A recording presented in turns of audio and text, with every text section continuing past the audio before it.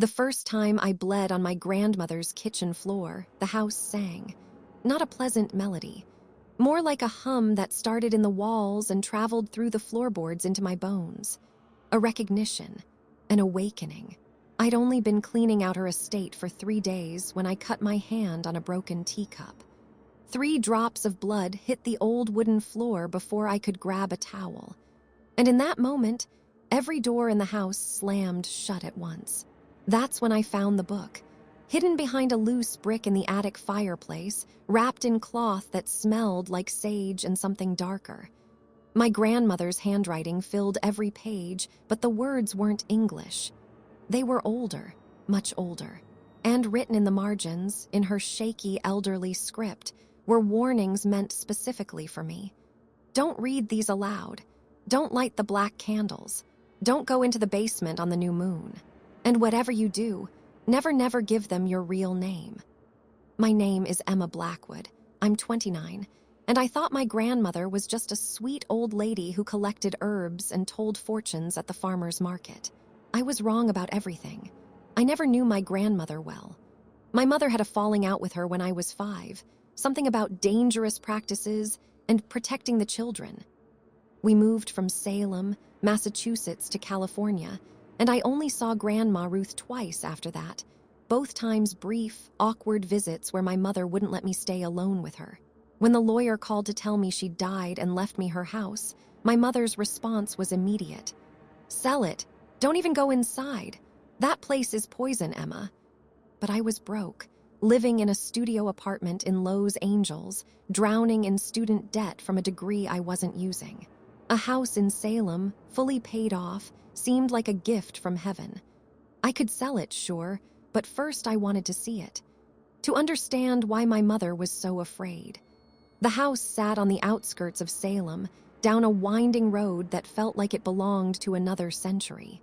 Victorian architecture, painted deep purple with black trim. A garden that had gone wild but somehow still looked intentional, like chaos with purpose. Wind chimes made of bones hung from the porch, animal bones, I hoped. Inside, it was exactly what you'd expect from an old woman living alone.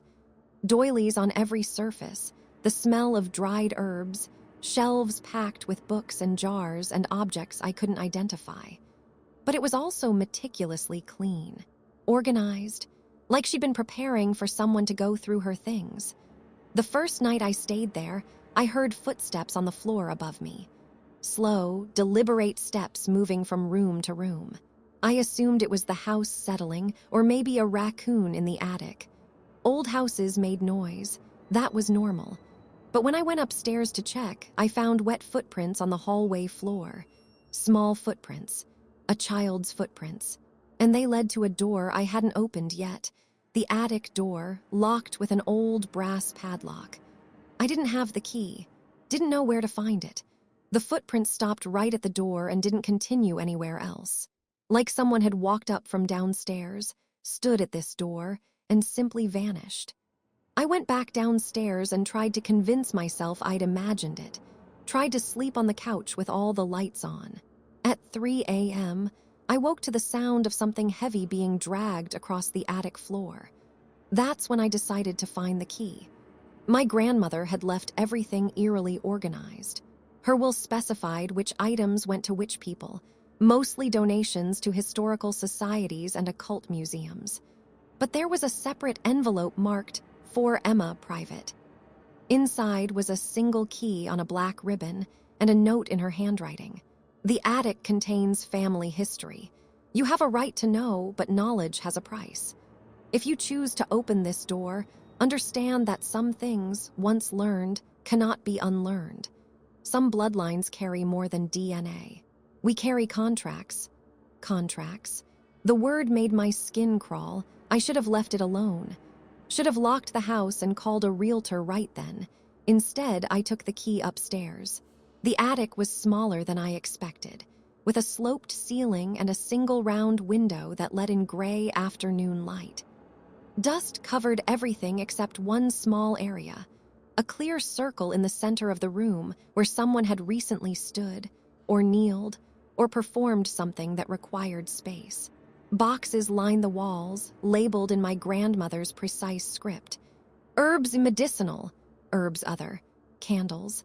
Correspondence 1960-1980, mother's things. But what drew my attention was the fireplace. An actual fireplace in the attic, bricked up but clearly once functional. And something about the bricks looked wrong. Too regular, too deliberate. I pressed on them experimentally, and one shifted under my hand. Behind it was a hollow space, and inside that space was the book. It was bound in leather, old leather, cracked and worn, that felt uncomfortably warm to the touch. No title on the cover, just a symbol burned into the front. A circle with a pentagram inside, but not the Hollywood version. This one was older, with additional marks and sigils I didn't recognize. I opened it carefully. The first page was in English, dated 1692. The Book of Blackwood, blood calls to blood, power calls to power. We who signed our names are bound by oath and offering. May our daughters inherit what we have bargained for. Below that were signatures, dozens of them spanning centuries. Different hands, different inks, but all the same last name, Blackwood. The most recent signature was my grandmother's, dated 1962. Below hers was a blank line, waiting. I spent the next 2 days reading the book. Not the spells, I was smart enough not to do that. But the histories, the explanations, the stories written in the margins by generations of Blackwood women. This is what I learned.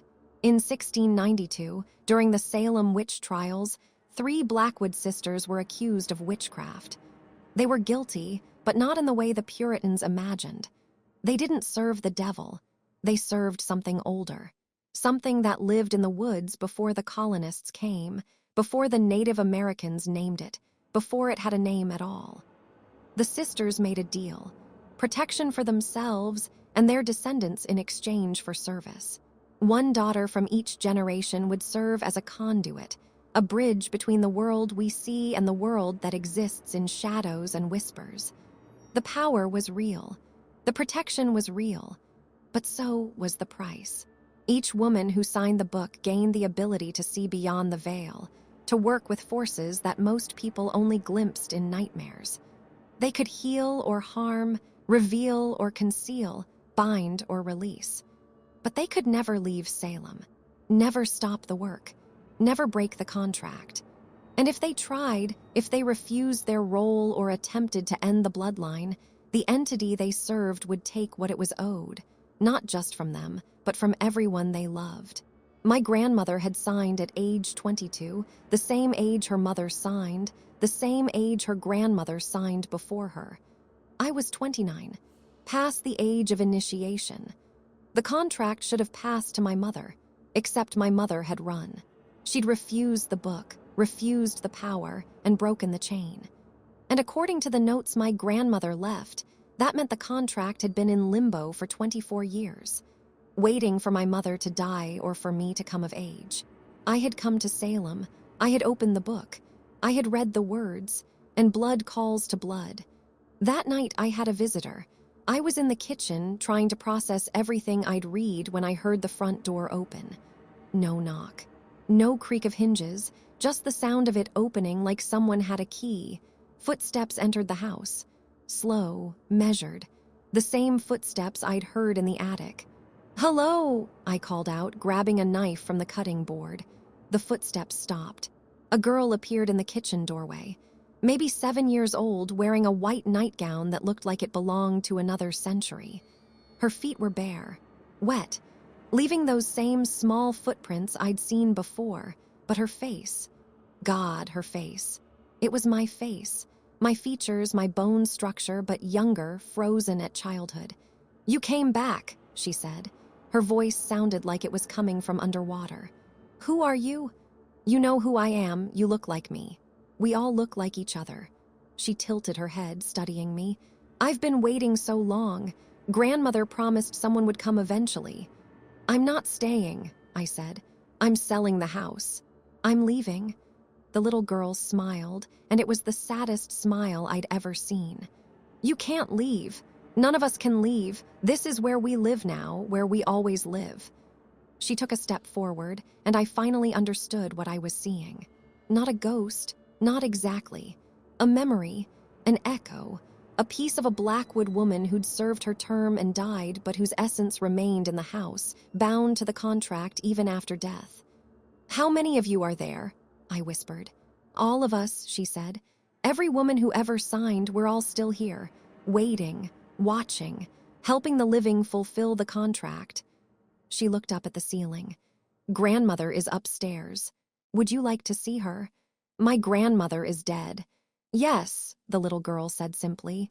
"But she's still here, just like I'm still here, just like you'll still be here when your time comes." I ran, grabbed my bag, my keys, didn't even close the door behind me. Got in my car and drove until the sun came up, until Salem was hours behind me, until my hands stopped shaking enough to pull over at a rest stop.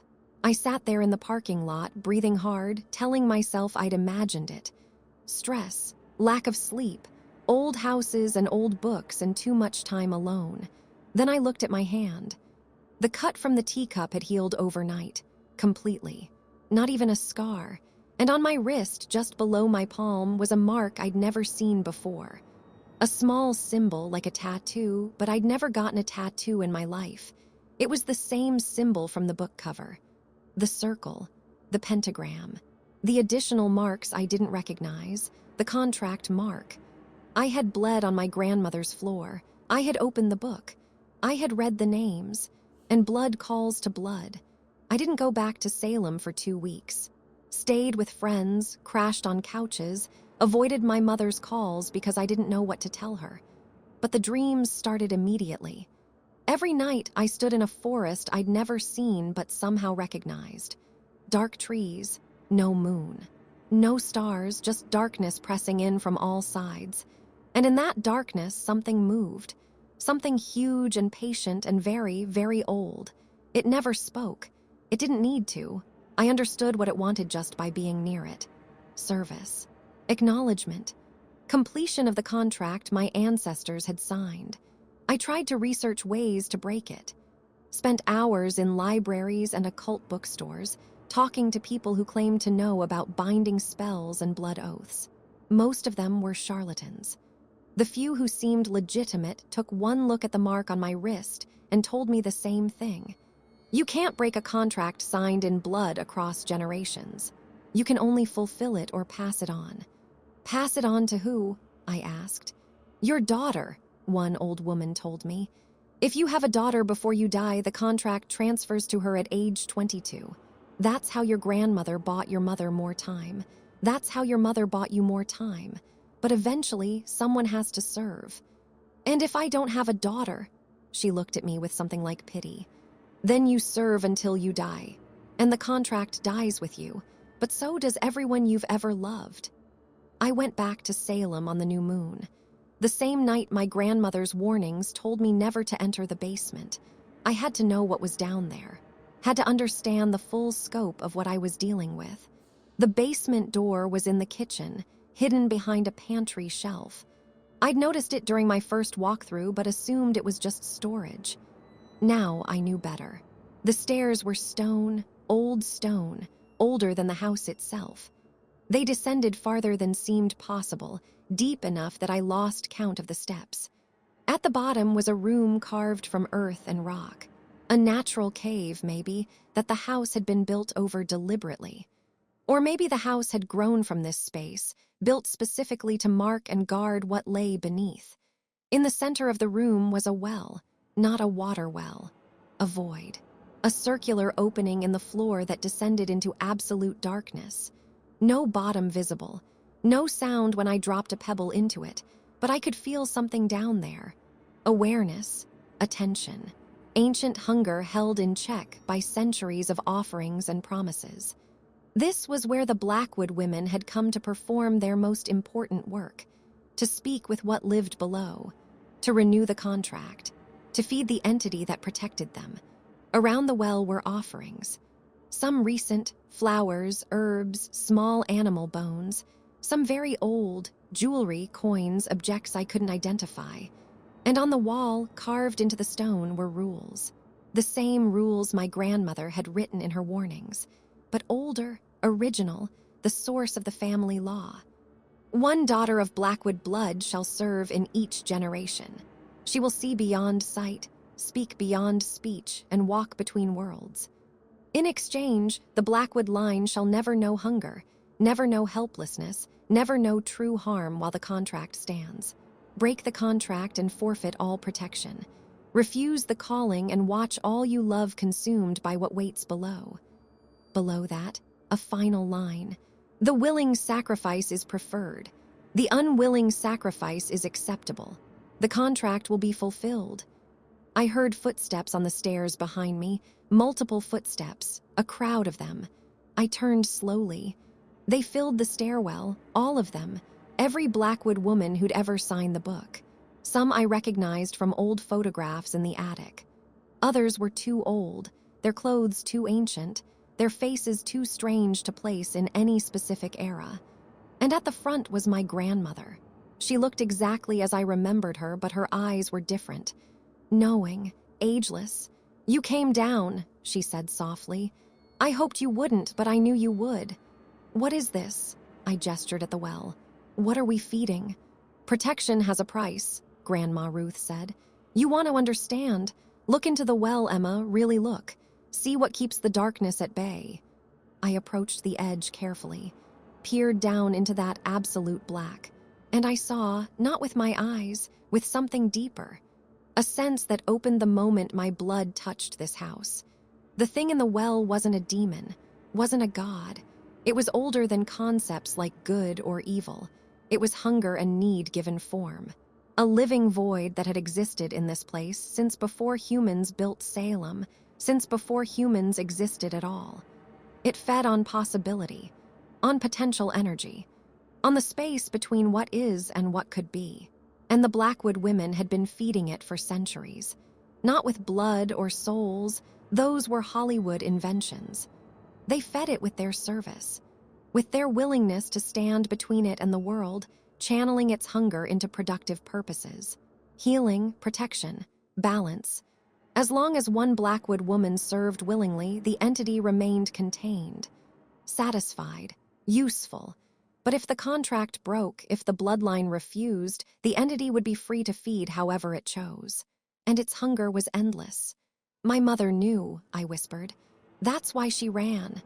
"Your mother was afraid," Grandma Ruth said. "She wanted a normal life, I don't blame her, but running didn't free her. It only delayed the inevitable. The contract finds a way. It always finds a way. And if I refuse, if I leave and never come back," the spirits around her stirred, a collective sigh of sorrow. "Then it will take what it's owed," my grandmother said. "Your mother first, then everyone she loves, your father, your brother, their children. It will consume them one by one until the bloodline ends or someone agrees to serve." "That's not fair." "No," she agreed. "It's not. But it's the price our ancestors agreed to, and we inherit their debts along with their gifts." I looked at the mark on my wrist, at the well, at the crowd of dead Blackwood women watching me with varying expressions of sympathy and resignation. "What if I fulfill the contract differently?" I asked. "What if I serve but on my terms? Is that possible?" My grandmother smiled, and for the first time it looked like hope. "That's what each of us tried to do. Find ways to serve that we could live with.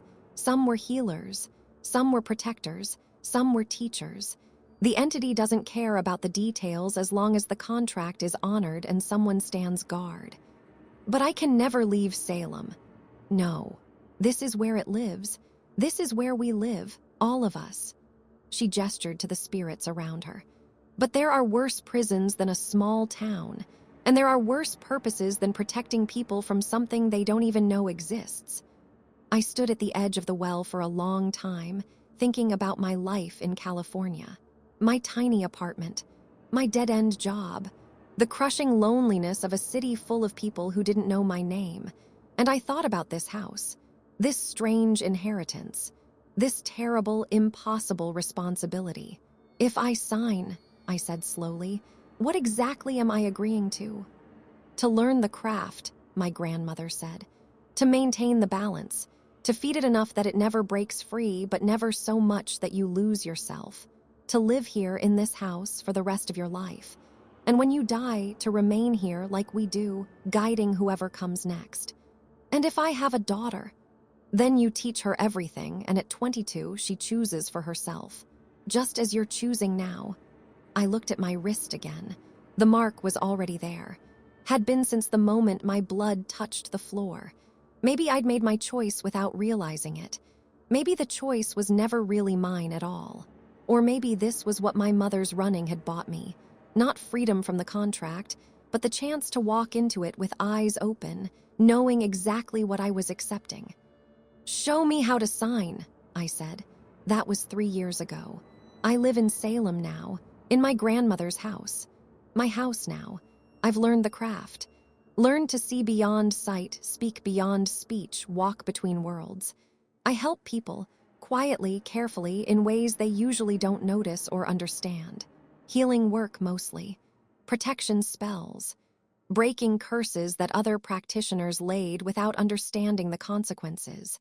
And once a month, on the new moon, I go down to the basement. I stand at the edge of the well and I feed the entity that lives below.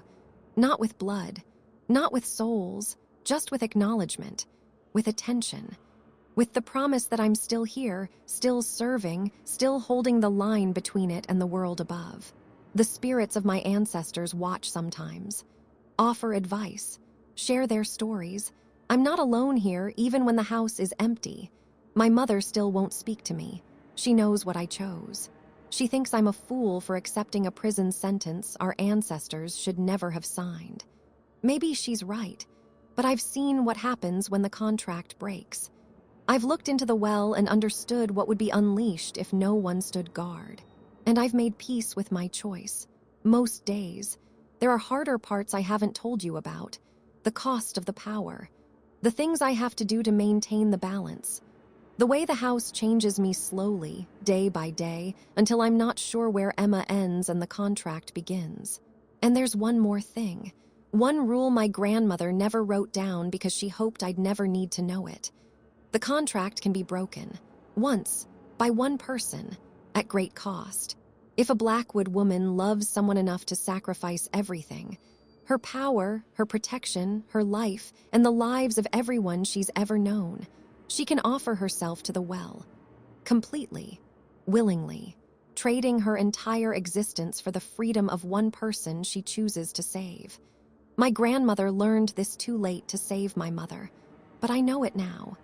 And lately, I've been having dreams about a little girl, 7 years old. Dark hair, my smile, a daughter I haven't had yet but might someday. The contract would transfer to her on her 22nd birthday, unless I make a different choice, unless I decide that some chains should end, even if ending them costs everything. But that's a decision for another day. Maybe another year, maybe never. For now, I serve, I guard, I maintain the balance. And I try not to think too hard about what I'll do if I ever have to choose between my bloodline and breaking the cycle forever. The well is patient. It's been here for thousands of years. It can wait a little longer for my answer, but not forever. Nothing waits forever.